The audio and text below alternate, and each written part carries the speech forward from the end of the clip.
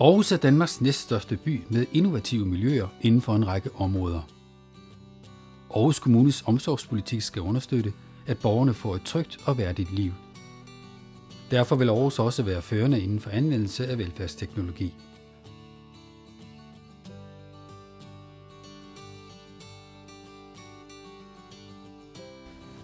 I Aarhus Kommune der prioriteres arbejdet med velfærdsteknologi. Der er således givet bevilling til, at vi faktisk i kommunen har installeret velfærdsteknologi i 500 plejeboliger. Ikke 3, 500.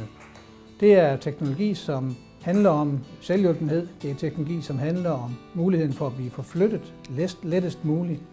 Det er loftlifte, det er skylle-tørre-toiletter, og det er smarthusteknologi. Alt sammen teknologier, som skal gøre hverdagen lettere for både borgerne og også for de medarbejdere, der er sat til at skabe en god livskvalitet for borgerne i deres hverdag.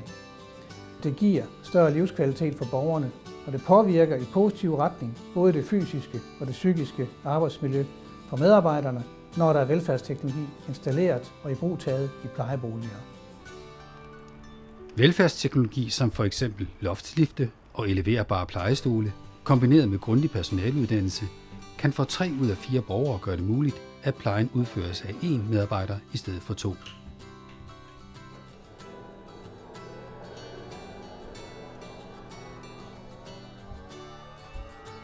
Det går meget lettere med den nye teknologi.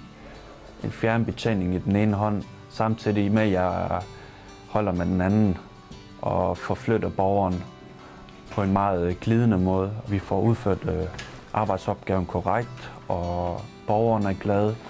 Vi er glade. Vi har en god nærvær, en god kontakt.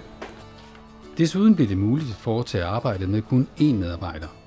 Dette gør hele systemet mere fleksibelt. Samtidig styrker det livskvaliteten og nærværet mellem plejer og borger, der får en tættere dialog.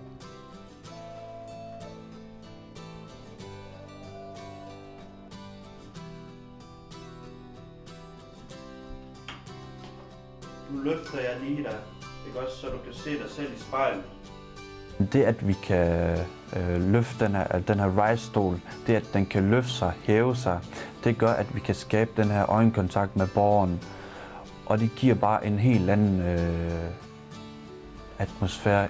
Det påvirker borgeren positivt, at man kan kigge dem ind i øjnene, når det er, at man yder omsorg.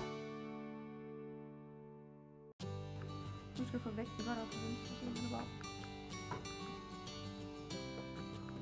Ergotraineren er et rigtig godt supplement til den øvrige træning, vi laver med borgerne.